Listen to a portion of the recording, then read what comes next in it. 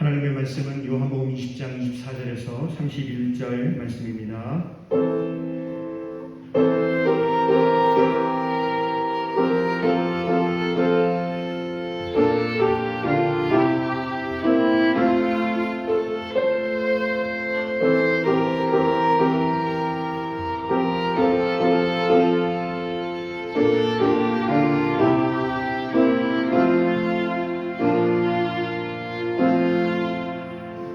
말씀을 봉독하겠습니다.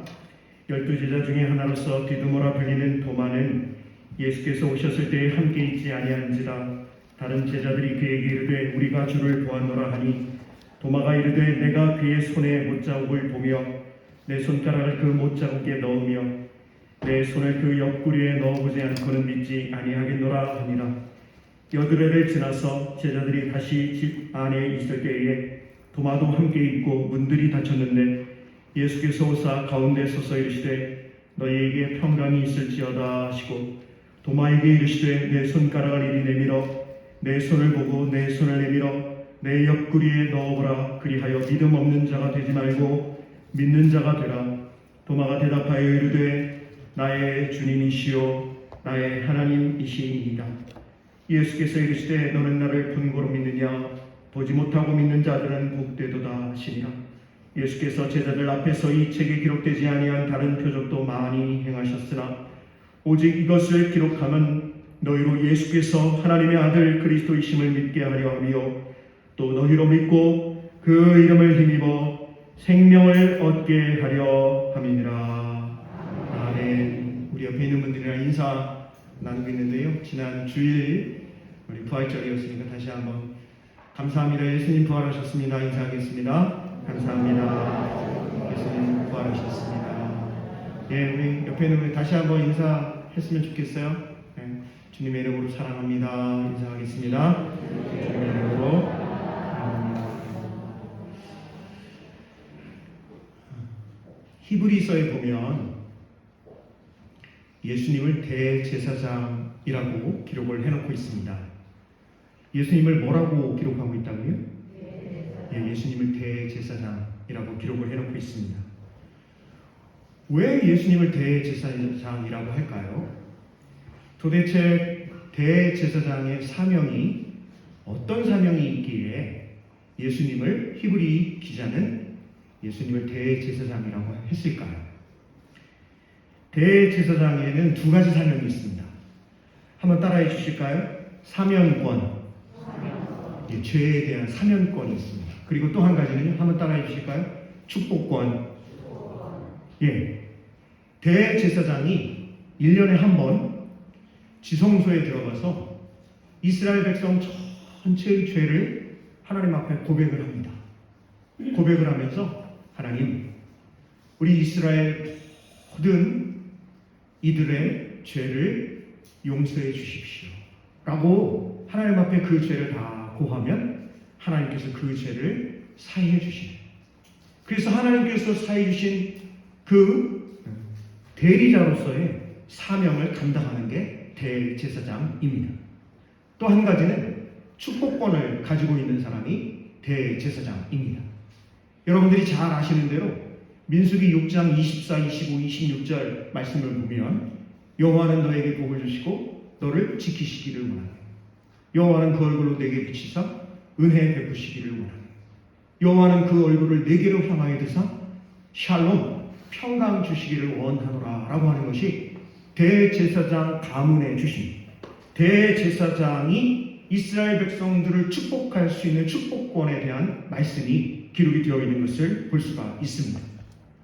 그 민수기 6장 24, 25, 26절 말씀을 기반으로 해서 바울 사도가 이제 여러 교회들을 축복한 말씀을 요즘 우리 목사님들이 설교자들이 이제 축복 기도를 할 때 주 예수 그리스도의 은혜와 하나님 아버지의 사랑과 성령님의 교통하심이 너희 온 무리와 함께 있기를 바랍니다 라고 해서 그렇게 축복 기도를 하는 것을 볼 수가 있습니다. 여러분, 제가 히브리서에 예수님을 대제사장이라고 이렇게 기록을 해놓고 있는데 대제사장의 사명 두 가지가 한 가지는 사면, 또 한 가지는 축복에 대한 것을 가지고 있다라고 말씀을 드렸잖아요. 죄에 대한 사명으로서의 예수님은 어떤 예수님이셨죠? 그렇습니다. 십자가를 지심으로 죄를 사해 주신 사명을 감당하신 분이 우리 예수님이시고요. 또 축복에 대한 부분은 예수 그리스도의 이름의 권세로 말미암아 영생의 길을 열게 해 주신, 그래서 우리 주님을 히브리서 기자가 뭐라고 기록을 하고 있다고요? 대제사장이다, 이렇게 기록을 해놓고 있는 것을 볼 수가 있습니다. 오늘 제가 말씀의 제목을 부활 증인의 사명 이렇게 했는데요. 한번 따라해 주실까요? 부활 증인의 사명. 네, 부활이라고 하는 낱말이 있고요, 증인이라고 하는 낱말이 있고 사명이라고 하는 낱말이 있는데, 부활 증인의 사명. 오늘 그래서 부활에 대한 것, 증인에 대한 것, 사명에 대한 것을 예수님께서 예수님의 제자들에게 말씀하신 오늘 20장, 요한복음 20장의 말씀, 마지막 부분을 중심으로 여러분들과 말씀을 나누려고 합니다. 사실은 성경학자들은요, 요한복음은 원래 요한복음 20장 31절로 원래 끝이 났는데 나중에 21장을 따로 이렇게 편집을 해서 붙인 것이 아닌가라고 생각을 하고 있습니다. 자, 이제 말씀을 함께 나눠보려고 하는데요. 오늘 본문의 배경에 대한 것이 19절부터 24절에 기록이 되어 있어요. 제가 요한복음 20장 19절부터 잠깐 좀 읽으면서 간단히 설명을 하면서 말씀을 보도록 하겠습니다. 20장 19절 말씀입니다.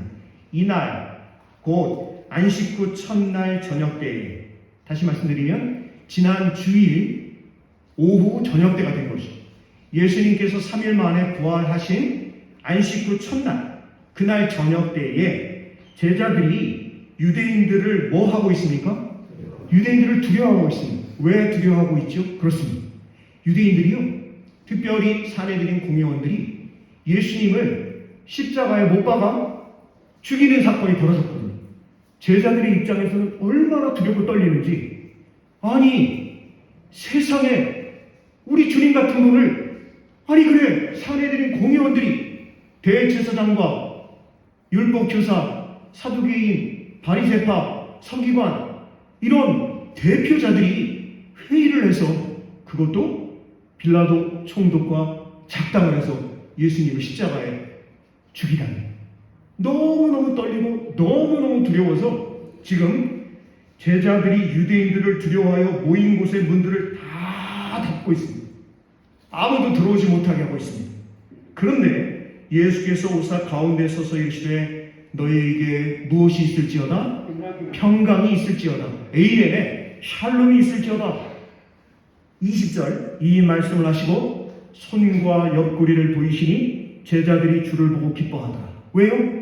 정말 예수님께서 말씀하신 대로 3일 만에 부활하시고 진짜 예수님께서 살아나셨음을 직접 보여주셨으니까 얼마나 기쁜지. 21절 보시면 예수께서 또 이르시되 너희에게 평강이 있을지어다.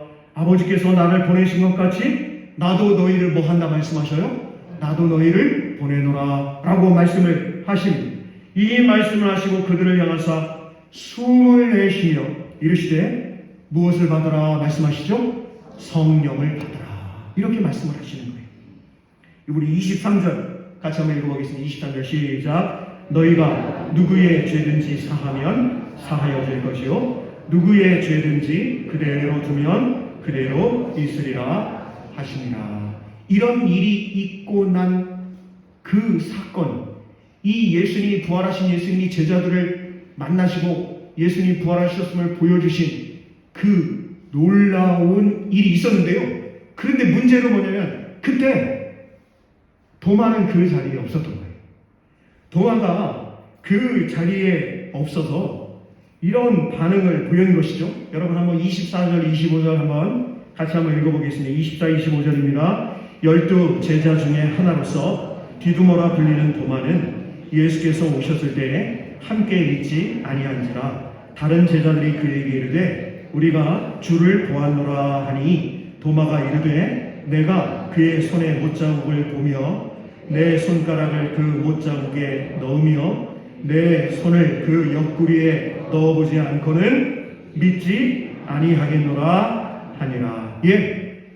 오늘 24절과 25절 말씀 때문에 도마에 대한 별명 아닌 별명이 붙어있는데, 그게 뭐냐면 의심 많은 도마, 믿음 없는 도마, 이런 별명이 붙어있을 정도입니다. 하지만 부활을 믿지 못하고 의심했던 것은요, 도마만 그랬냐? 아니요. 다른 제자들도 다 마찬가지였습니다. 죄송합니다만 오늘 주일 예배로 하나님 앞에 모인 저와 여러분들 중에도 다른 거는 몰라도 예수님이 3일 만에 부활했다라고 하는 것은 그건 좀 내가 좀 믿기 어려워 라고 생각하시는 분들도 있을 수 있다는 이야기지요. 믿지 않기 위해서가 아니라, 지금 도마가 하는 이야기는요, 내가 안 믿을래 라고 하는 것이 아니라 내가 믿기 위해서 던졌던 질문이었다라고 하는 것입니다. 믿지 못하겠다라고 하는 마음을 감춘 채 덮어놓고 믿겠다라고 하는 것보다, 제가 어떻게 보면 도마가 훨씬 정직하고 도마가 훨씬 올바른 믿음으로 가려고 노력했던 사람이 아닌가라는 생각을 해보게 됩니다. 여러분, 한번 20장 26절 말씀을 한번 볼 텐데요. 26절 말씀을 보시면 거기 며칠을 지나서라고 되어 있죠? 여드레를 지나서라고 되어 있습니다. 여드레를 지나서 제자들이 다시 집 안에 있을 때에 도마도 함께 있고 문들이 닫혔는데 예수께서 오사 가운데 서서 이르시되 너희에게 평강이 있을지어다. 이렇게 다시금 8일이 지났을 때 예수님께서 제자들을 다시 찾아오시는, 그때는 이제 도마도 있었다라고 기록이 되어 있는데요. 여기 여드레라고 하는 것이 굉장히 중요한 단어입니다. 여드레, 8일이라고 하는 건데요. 여러분, 8일을 잘 생각해 보시면 한 주간이 끝나고 새로 맞이하는 주간의 첫날이 바로 8일입니다. 하나님께서 창세기에 보면 7일에 걸쳐서 창조 사역을 완성하셨는데, 이 7일간의 사역을 완성하신 하나님의 창조와 연결이 되고 있다라고 하는 거예요. 이 8일이라고 하는 것이 예수 그리스도의 부활이 성부 하나님의 창조와 이어지고 있다. 즉 부활하신 예수 그리스도야말로 새로운 창조를 이어가실 주님이라고 하는 사실을 오늘 본문 26절 여드레를 지나서 라고 했을 때 이 8일이 의미하고 있는 의미입니다. 요한은 보지 않고는 믿지 못하겠다라고 하는 이들에게 믿는 사람이 되는 것이야말로 부활하신 주님을 통해 이루신 새로운 창조다라고 하는 것을 도마를 통해서 보여주고 있는 것이죠. 성도 여러분, 잘 한번 생각을 해보세요. 어떻게 예수님의 부활을 믿을 수 있냐? 라고 하는 것보다 예수님이 지금 강조하시는 것은 믿는 자가 될 수 있다 라고 하는 것이 우리 주님의 주목해야 할 말씀이다라고 하는 겁니다. 어떻게 예수님의 부활을 믿을 수 있냐? 말도 안 된다. 어떻게 죽은 사람이 살아날 수 있어? 라고 하는 것보다 말씀을 통해서 믿는 자가 될 수 있다. 도마에게 그리고 제자들에게 선포하신 예수님의 이 말씀이 중요하다라고 하는 것입니다. 부활을 의심하는 도마에게 우리 주님께서 이렇게 말씀하셔요. 우리 29절 말씀 같이 한번 읽어볼까요? 29절 말씀 같이 봅니다. 예수께서 이르시되 너는 나를 본고로 믿느냐? 보지 못하고 믿는 자들은 복되도다 하시니라. 사실은 이 29절의 말씀은 27절과 연결을 시켜서 봐야 합니다. 27절을 보시면 도마에게 이르시되 내 손가락을 미리 내밀어 내 손을 보고 내 손을 내밀어 내 옆구리에 넣어보라. 그리하여 믿음 없는 자가 되지 말고 어떤 자가 되라고요? 믿는 자가 되라. 27절에 믿음 없는 자와 믿는 자가 대조가 되어 있고요. 29절에 보고 믿는 자와 보지 못하고 믿는 자가 대조를 보이고 있는 것입니다. 다시 말씀드려서 요한사도가 요한복음을 기록하면서 요한복음을 기록한 목적 가운데 한 가지가 뭐냐면 불신앙을 버리고 신앙으로 들어서라 라고 하는 것이 요한복음의 기록 목적이었다라고 하는 것이죠. 보고 믿는 자, 보지 못하고 있는 자를 대조하고 있다라고 하는 것이 아주 중요한데 이것이 베드로전서 1장 8절에 또 한 번 기록이 되고 있습니다. 여러분 한번 성경을 좀 찾아서 보았으면 좋겠는데 베드로전서 1장 8절을 한번 찾아보실까요? 한번 꼭 성경을 좀 찾아보시면 좋겠습니다. 성경을 찾기가 어려우신 분은 화면을 보시면 될 것 같아요. 자, 1장 8절 말씀 같이 한번 큰 소리로 읽어보겠습니다. 시작. 예수를 너희가 보지 못하였으나 사랑하는도다. 이제도 보지 못하나 믿고 말할 수 없는 영광스러운 즐거움으로 기뻐하는 9절도 보겠습니다. 9절 시작. 믿음의 결국 곧 영혼의 구원을 받으리라. 베드로 사도가 베드로전서 1장 8절에서 우리 주님께서 도마에게 하셨던 말씀과 똑같은 그 말씀을 되풀이해서 기록을 하고 있는 것을 볼 수가 있습니다. 사실 베드로전서가 쓰여질 때는 어떤 때냐면요, 기독교와 기독교인들에 대한 박해가 이 베드로전서가 쓰여지기 전까지만 해도 유대교에 의한 핍박이었는데 이 베드로전서가 쓰여지는 상황에서는 유대교의 핍박이 아닌 로마 제국의 핍박으로 확대되고 있는 시점에 이 베드로전서가 쓰여진 것으로 보고 있습니다. 다시 말씀드리면 주후 64년에 로마 제국에 엄청난 핍박이 있었고 그때 기독교 1세대 지도자 200여 명이 죽임을 당하는 사건이 벌어지게 됩니다. 이 사건이 있게 되니까요, 많은 사람들이 어떤 생각을 했을까요? 야, 예수님을 그렇게 잘 믿고 예수님을 그렇게 복음을 증거하기 위해서 애썼던 바울을 비롯한 기독교 지도자 200명이 다 죽는 걸 보니까 야, 예수 믿다가는 나도 죽겠다.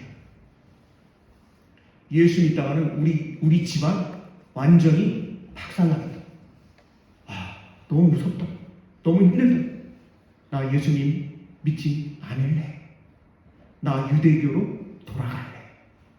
이런 상황이 벌어지게 되었던 것이죠. 그 상황에서 베드로가 예수님이 제자들 만나시고 그리고 그 자리에 없었던 도마를 다시 만나시는 과정 가운데 보고 믿는 자보다 보지 못하고 믿는 자가 더 복되다 라고 말씀하신 오늘 본문의 말씀으로 다시 한번 베드로전서 1장 8절에서 말씀하고 계신 거예요. 제가 1장 8절 베드로전서 1장 8절 다시 한번 읽어드릴게요. 예수를 너희가 보지 못하였으나 사랑하는도다. 엄청난 핍박으로 인해서 갈피를 잡지 못하고 있는, 너무나도 힘들어하고 있는 이들에게 예수를 너희가 보지 못하였으나 사랑하는도다. 이제도 보지 못하나 믿고 말할 수 없는 영광스러운 즐거움으로 기뻐하니 믿음의 결국 곧 영혼의 구원을 받으리라. 할렐루야. 이렇게 기록을 하고 있는 것입니다. 요한복음 20장 22절에서 예수님께서 제자들에게 아주 독특한 행동을 하시고 계시는 것을 볼 수가 있는데, 요한복음 20장 22절 말씀을 보시면 이 말씀을 하시고 그들을 향하사 어떻게 하고 계시죠? 숨을 내쉬며 이르시되 뭐 하라 말씀하시죠? 성령을 받으라. 이렇게 우리 주님께서 말씀을 하시는 장면이 아주 독특한 장면이 기록이 되어 있습니다. 여러분에게 몇 번 설명을 드렸습니다만 다시 설명을 드리려고 하는데요, 이 파루시아라고 하는 말이 있습니다. 파루시아라고 하는 말은 재림이라고 하는 말입니다. 이 파라우시아라고 하는 합성어인데요, 파라라고 하는 말은 바로 옆에, 곁에, 비사이드라는 뜻을 가지고 있고요, 우시아라고 하는 것은 이제 존재를 뜻하고 있습니다. 그러니까 파루시아라고 하는 말은 옆에 지금 존재하고 계심을 뜻하는 말이, 그것이 우리말의 재림이라고 하는 말로 기록이 되어 있어요. 예수님이 재림하신다라고 하면 그래, 언젠가 예수님이 다시 승천하셨던 것과 같은 모습으로 다시 오실 재림이야. 아주 이제 미래의 어떤 시점이 되겠지라고 저와 여러분은 생각을 해요. 맞아요. 그게 재림이에요. 그런데 재림이라고 하는 단어에 그 단어가 가지고 있는 뜻대로 본다면 지금 예수님께서는 하나님 보좌 우편에 계시지만 그러면서 동시에 바로 저와 여러분의 곁에 존재하고 계시다라고 하는 것이 그게 재림이 갖고 있는 단어의 뜻이다라고 하는 사실입니다. 여러분 이게 좀 어려운 이야기이긴 한데요. 이걸 좀 잘 이해하고 믿으셔야 그래야 무엇이 이해가 되냐면 마태복음에 대해서 제가 뭐라고 말씀드렸냐면 마태복음은 임마누엘이라고 하는 단어로 시작을 해서 임마누엘이라고 하는 단어로 끝맺고 있는 복음서다라고 제가 설명을 드렸거든요. 임마누엘이라고 하는 뜻이 뭡니까 여러분? 하나님이 우리와 함께 계시다. 그래요. 마태복음을 통해서 마태 기자는 하나님이 우리와 함께 하신다라고 하는 것을 시작으로 해서 하나님이 우리와 함께 계시다라고 하는 것으로 끝맺고 있는데요. 하나님이 우리와 함께 계시다라고 하는 그것이 바로 파루시아, 재림이라고 하는 뜻과 연결이 된다라고 하는 것입니다. 성경 전체를 보면 어떻습니까 여러분? 하나님께서 창조하시고 섭리하셔서 결국 창세기부터 요한계시록의 말씀 전체가 하나님의 역사 가운데 이루어질 것이다 라고 하는 것을 보여주고 있는 것이 그것이 성경책 아니겠습니까? 신약 성경 전체가요 로마 제국 아래에서 쓰여진 그림입니다. 로마 제국은 어떻습니까? 물질을 추구하는 제국이었습니다. 로마에는 수많은 우상이 존재했습니다. 그리고 로마라고 하는 나라는요, 전쟁을 해서 실패한 역사가 없습니다. 그게 로마 제국이었습니다. 그 로마 제국이 이제 공개적으로 기독교인들을 박해하기 시작한 것이 바로 주후 64년부터 벌어진 사건이었는데 바로 그 시대에 쓰여진 말씀, 그들이 이제 바로 공동서신 9권에 해당합니다. 이제 몇몇 바울서신도 포함이 되고 있다라고 하는 사실입니다. 요한은 부활하신 주님이 우리 곁에 계시다라고 하는 위로와 우리 자신이 보지 않고도 믿으며 살아가는 이들이 아니냐라고 격려를 하고 있습니다.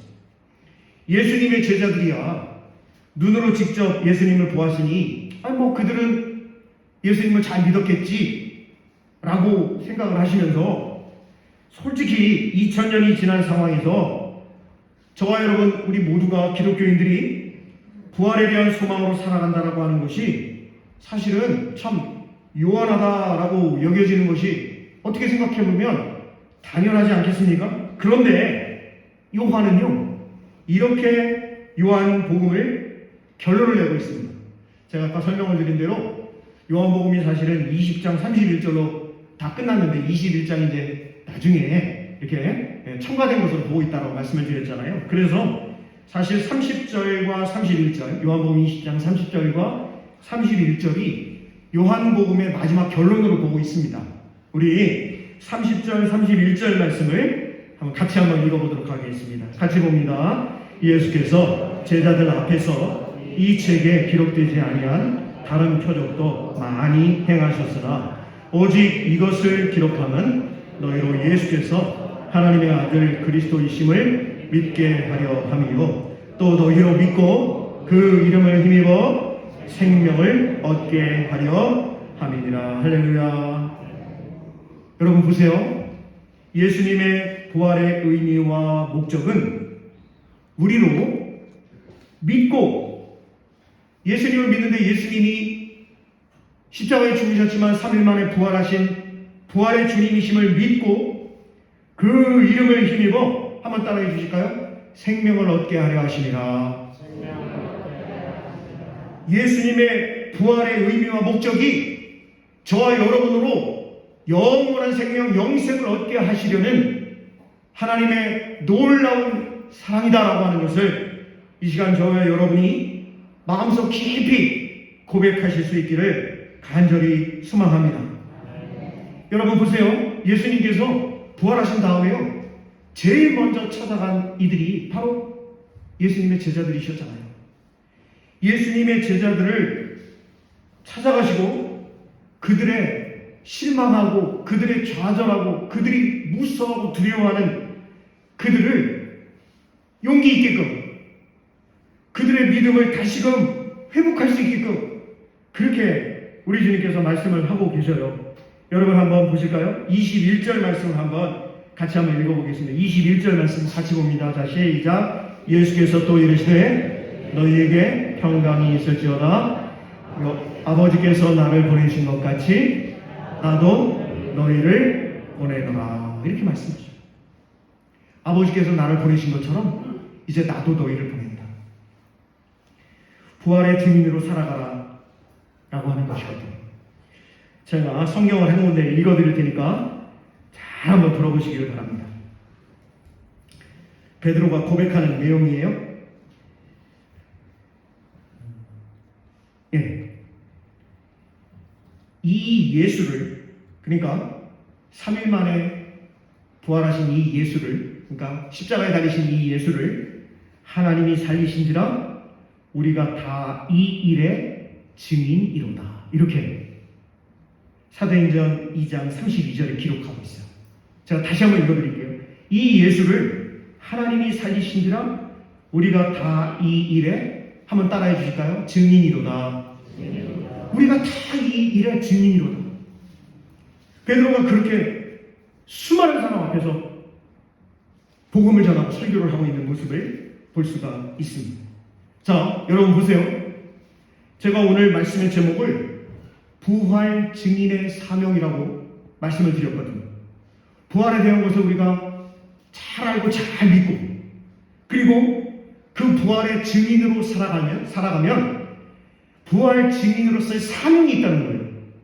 그 사명이 어떤 사명이냐? 오늘 20장 23절에 기록이 되어 있습니다. 여러분 20장 23절 말씀을 우리 다시 한번 같이 읽어볼 텐데, 23절 같이 보겠습니다. 너희가 누구의 죄든지 사하면 사하여질 것이요 누구의 죄든지 그대로 두면 그대로 있으리라 하시니라. 이렇게 되어 있거든요. 여러분 보세요. 부활의 증인으로서 살아가는 이들에게 있어서의 사명이 뭐냐? 그것은 죄에 대한 용서라는 거예요. 이 부분이 어디에 기록이 되어 있냐면 마태복음 16장 19절에 기록이 되어 있는데, 제가 한번 마태복음 16장 19절 말씀을 여러분들께 한번 읽어드리도록 하겠습니다. 마태복음 16장 19절 말씀, 예수님께서 베드로에게 하신 말씀이에요. 내가 천국 열쇠를 내게 주리니 내가 땅에서 무엇이든지 매면 하늘에서도 매일 것이요 내가 땅에서 무엇이든지 풀면 하늘에서도 풀리리라. 이게 18장 18절에도 똑같은 말씀이 기록이 되어 있는 것을 볼 수가 있습니다. 여러분, 부활을 믿고 부활 증인으로 살아가면 어떤 사명을 감당해야 되나? 죄를 사해주는 사명을 감당해야 한다는 것입니다. 목사님, 죄를 사해주는 거는 그건 하나님이 하시는 일이잖아요. 맞습니다. 하나님께서 죄를 사해주시는 그런 분이심에 틀림이 없습니다. 그런데 오늘 부활하신 예수님께서 제자들을 만나셔서 부활 믿고 그 부활의 증인으로 살아가는 사람들은 어떤 사명을 감당해야 되느냐? 그것은 하나님의 대리자로서의 죄 사명의 사명을 감당해야 한다는 것입니다. 그것은 우리가 세상을 살아가면서 나는 굉장히 우월하고 높이 있는 사람이고 나는 그런 측면에서가 아니고요. 죄사함의 사명을 감당한다. 그것이 무엇일까요? 그것은 전도입니다. 전도가 왜 죄를 사하는 사명일까요? 여러분, 전도를 통해서 예수 그리스도를 증거하는 복음을 전함으로 교회인 저와 여러분이 세상의 죄를 사하는 사명을 감당해야 함을 우리 주님께서 분명히 말씀하고 계시는 것이거든요. 제가 처음에 히브리서에 예수님을 대제사장으로 기록해 놨다. 대제사장의 두 가지 사명이 죄에 대한 사면권과 그리고 축복권이 있다라고 말씀을 드렸거든요. 예수님께서 부활하시고 제자들을 찾아가시고 그리고 그들에게 여러 가지를 말씀하시면서 부활 증인의 사명을 말씀하실 때에 예수님의 부활을 믿고 증인으로 사명을 감당하는 제자들 뿐만 아니라 저와 여러분 우리 모두를 한번 따라해 주실까요? 대제사장으로 삼으셨습니다. 여러분, 제가 이렇게 말씀드리면 아이고 목사님은 우리를 너무너무 귀하게 말씀을 하시고 좋게 말씀을 해 주시네요 라고 생각할 수 있으실 것 같아요. 그런데 이 이야기는 제 이야기가 아니에요. 제가 성경 한 절을 말씀드릴게요. 잘 아시는 말씀이에요. 그러나 너희는 택하신 족속이요 왕같은 제사장이요 거룩한 나라 그의 소유된 백성이니 이는 너희를 어두운 데서 불러내어 그의 기이한 빛에 들어가게 하신 이의 아름다운 덕을 선포하게 하려 하십니다. 그렇습니다. 저와 여러분은요 하나님의 택하신 족속이고요 왕같은 제사장이라고 분명히 베드로 사도를 통해서 베드로전서 2장 9절에 기록해 놓고 있어요. 저와 여러분이 왕같은 제사장들 되었음을 감사하고 기뻐하고 찬양하신 저와 여러분 되시기를 간절히 소망합니다. 베드로전서 2장 9절에 이 말씀을 바탕으로 기본으로 해서 어떤 이론이 나왔냐면 우리 예수님을 믿고 살아가는 모든 사람들이 다 한번 따라해 주세요. 대제사장입니다. 그렇습니다. 대제사장 한번 따라해 주실까요? 우리는 대제사장입니다. 그래요. 대제사장의 사명 뭐하고 뭐가 있다고 그랬죠? 사면권과 축복권입니다. 저와 여러분에게 사면권이 있는 거예요. 그런데 그 사면권은 우리가 당신의 제가 사해졌으니 이게 아니고요. 예수 그리스도에 대한 복음을 증거함으로써의 사면권이 주어졌다 라고 하는 것이고 또 한 가지는 축복의 사명인데요. 그 축복의 사명은 바로 예수 그리스도를 통해 영원한 생명, 영생을 얻게 하는 사명이 저와 여러분에게 있음을 오늘 요한복음 20장 24절에서 마지막 절에 있는 말씀 그 앞에 있는 19절에서 23절 말씀도 포함해서 이 말씀 잘 깨닫고 다시 한번 당부하고 다시 한번 여러분들께 권면하고 축복합니다. 저와 여러분은 대제사장이니 영적인 대제사장으로서의 그 귀한 사명을 잘 감당해서 많은 사람들을 예수 그리스도께 인도하고 예수 그리스도를 통해 영원한 생명을 얻게 하는 일에 헌신하며 나아갈 수 있는 저와 여러분 다 되시기를 우리 주님의 이름으로 축복합니다. 기도하겠습니다. 하나님 감사합니다. 예수님을 이 땅에 보내시고 우리의 죄를 대신해 십자가를 지시고 죽으시고 부활하시고 승천하시고 다시 오실 재림의 예수님을 기대하는 그 놀라운 은혜 가운데 살아가게 해주셔서 진심으로 감사합니다. 오늘 요한복음 20장의 말씀을 통해 예수님을 대제사장이라 고백한 히브리서 기자의 고백이 오늘 이 시간 이 말씀을 통해 우리 자신이 바로 대제사장으로서의 사명을 감당해야 함을 잘 깨닫게 해 주셨으니 진심으로 감사합니다. 바라옵기는 우리가 전도를 통해서 죄 사하는 또 예수 그리스도를 통해 영원한 생명을 얻게 하는 축복권을 가진 대제사장으로서 부족함 없는 부끄러움이 없는 귀한 하나님의 백성 다 될 수 있게 역사하여 주시옵소서. 함께하여 주신 은혜를 감사하고 예수님의 이름으로 기도드립니다. 아멘.